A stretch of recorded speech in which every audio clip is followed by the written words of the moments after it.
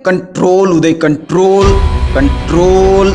किसी ने खूब कहा है, चाहे तुम पूरी दुनिया को अपनी मुट्ठी में कर लो, फिर भी तुम दुनिया के सबसे बड़े बादशाह नहीं हो। लेकिन अगर तुमने अपने चंचल मन को अपने वश में कर लिया तो तुम दुनिया के सबसे बड़े और सच्चे बादशाह हो। आज तक मन को कोई समझ नहीं पाया और जिन्होंने समझने की कोशिश की वो आज दुनिया से जा चुके हैं। आज टेक्नोलॉजी इतना डेवलप हो गया, लेकिन आज तक कोई ऐसा इंसान पैदा नहीं हुआ जो ऐसा डिवाइस बना सके कि माइंड को कंट्रोल किया जाए। अगर खुदा ना खास्ता ऐसा डिवाइस बन भी गया तो ये दुनिया का one of the most expensive product में से एक होगा। But this is not possible. वैसे तो आप लोगों ने अपने माइंड को कंट्रोल करने के लिए यूट्यूब पर अनगिनत वीडियोस देखे होंगे और तो और अपने दोस्तों और रिश्तेदारों से भी सजेशन लिए होंगे। अब मैं आपसे पूछता हूँ, क्या आप अपने माइंड को कंट्रोल करने में सफल हुए?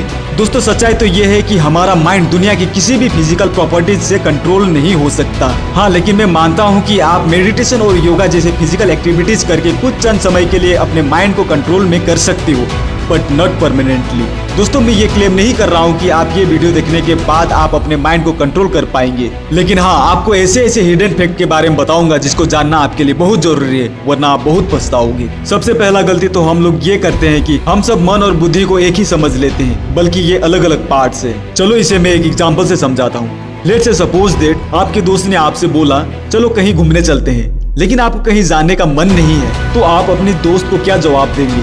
आप यही कहेंगे ना कि मुझे आज कहीं जाने का मन नहीं कर रहा है, लेकिन आप ये तो नहीं कहेंगे ना कि आज मुझे कहीं जाने का बुद्धि नहीं कर रहा है।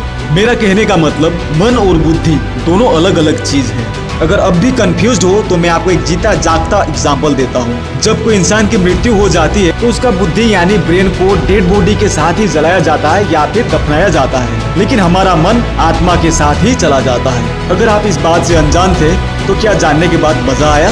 दोस्तों, आज हम एडवांस टेक्नोलॉजी के दुनिया में जी रहे हैं, जहां पर एक यंगस्टर को अपने माइंड को कंट्रोल करने के लिए बहुत सारे डिस्ट्रैक्शन से लड़ना पड़ता है, जैसे कि व्हाट्सएप, फेसबुक, ट्विटर, इंस्टा और बहुत कुछ। जब तक एक युवा इन डिस्ट्रैक्शन के ऊपर अपने माइंड को कंट्रोल नहीं कर लेता, वो अपना कंप्लीट लाइफ को स्क्रॉल डाउन करने में ही नष्ट कर देता है। दोस्तों, मैं सोच रहा था कि क्या आज के टाइम में यंगस्टर का लाइफ सोशल मीडिया यूज करने से डिस्ट्रॉय हो रहा है, तो मैंने थोड़ा सा इंटरनेट पर रिसर्च करना शुरू किया, तो पता चला कि इसका अपना अपना फायदा और नुकसान है। लेकिन बहुत रिसर्च करने के बाद मुझे ऐसा डेटा मिला जिससे मुझे ये पता चला कि हमारे देश के यंगस्टर अपने लाइफ को डिस्ट्रॉय करके अपने देश को ऊपर रखा है। समझ में नहीं आया ना? चलो अब मैं आपको ये बताता हूँ कि कैसे हमारे देश के यंगस्टर ने अपने लाइफ को जोखिम में डाल के अपने देश को ऊपर रखा है। शायद इसमें आपका भी कंट्रीब्यूशन हो सकता है। इस चैनल पर मैं गलत वर्ड यूज नहीं कर सकता, इसलिए हाईलाइट करके दिखा रहा हूँ। Top 10 most watching country in the world, India on third. Oh my god, 75 GB of data per second. हे भगवान, हमारे यूथ ने इतना मेहनत किया है कि इंडिया को तीसरे नंबर पर लेकर आ गए,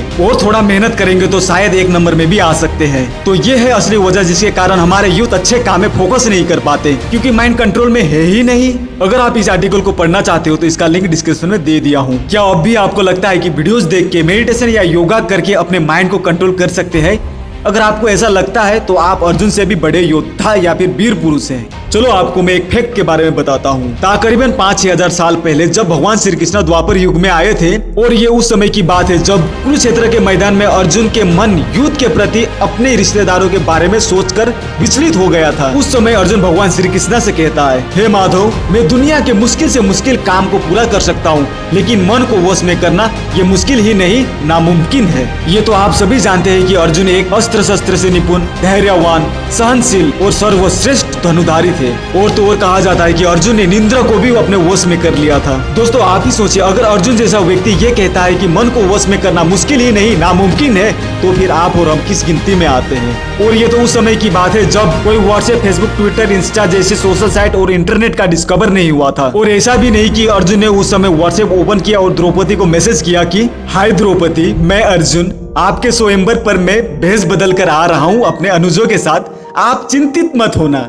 शायद अभी तक तो आप सबको पता चल ही गया होगा कि माइंड को कंट्रोल करना कितना दुष्कर कार्य है। अगर अब भी आपको लगता है कि वीडियोस देख के या फिर माइंड कंट्रोल का कोर्स करके और मेडिटेशन और योगा जैसे फिजिकल एक्टिविटीज करके मन को वश में किया जा सकता है, तो आज इन मामलों में इंडिया सबसे नीचे होता। और मैं मेडिटेशन या योगा के बरखिलाफ नहीं हूँ, बल्कि मैं उन लोगों के बरखिलाफ हूँ जो मेडिटेशन और योगा जैसे प्योर एक्टिविटीज का कमर्शियल यूज कर रहे हैं। और मैं गारंटी के साथ कहता हूँ, अगर आप में से किसी ने मेडिटेशन और योगा का कोर्स करके अपने मन को वश करने में सक्षम हो गए हो तो आप दुनिया के सबसे सफल इंसान में से एक हो। अब आप सोच रहे होंगे कि भाई तुमने तो वो सब बता दिया जिसके कारण माइंड कंट्रोल नहीं हो सकता है, लेकिन ये नहीं बताया कि आखिर में मन को कंट्रोल कैसे किया जाए।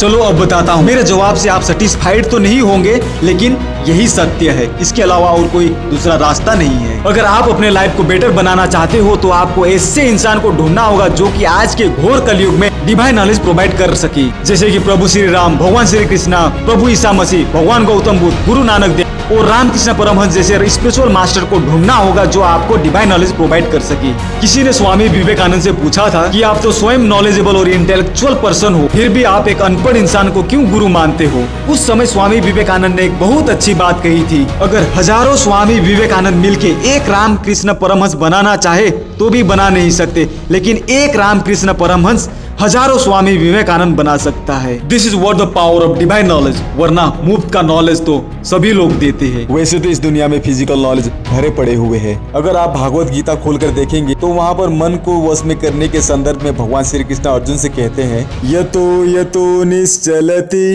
मनश्चंचलम अस्थिरम ततस्ततो नियम्यतत् आत्मनि एव वशम नयेता।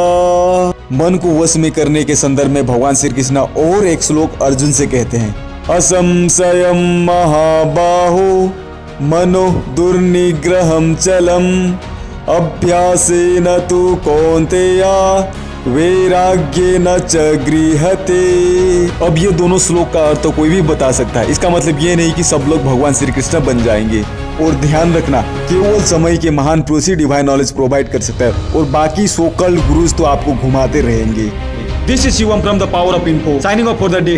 Take care, bye bye.